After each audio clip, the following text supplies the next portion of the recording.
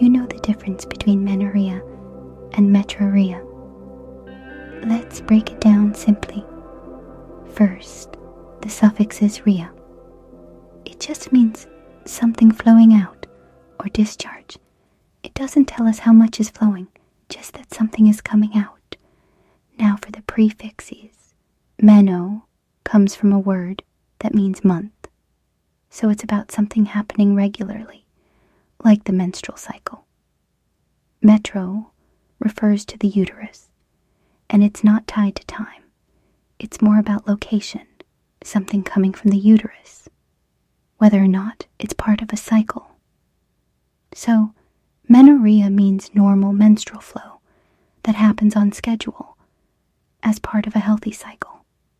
Metrorrhea, on the other hand, means discharge or bleeding coming from the uterus, but it's not tied to any specific timing.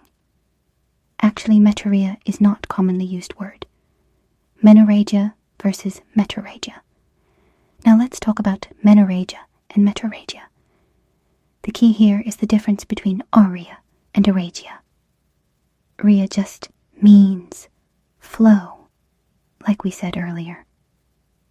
It could be a little or a lot. It doesn't specify how much. Rhagia, on the other hand, means excessive bleeding. Not just a little flow, but a lot.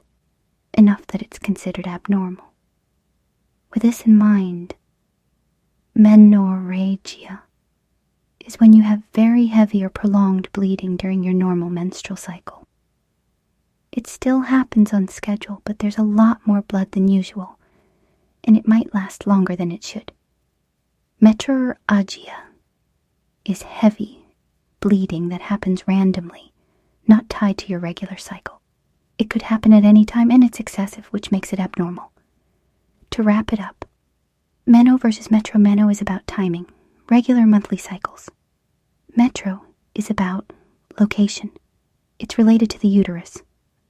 Rhea versus rhagia. Rhea means flow or discharge without worrying about how much. Rhagia means excessive bleeding, more than normal.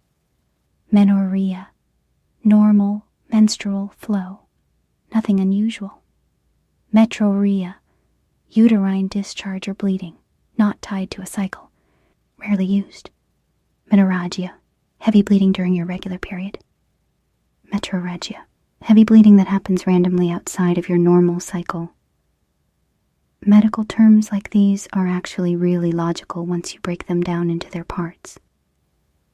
That's what's so cool about them. They're like puzzles that make sense when you know the rules. Even if you use a less common term like metrorrhea, most people in the medical field will understand it because the word roots explain themselves. Pretty neat, right?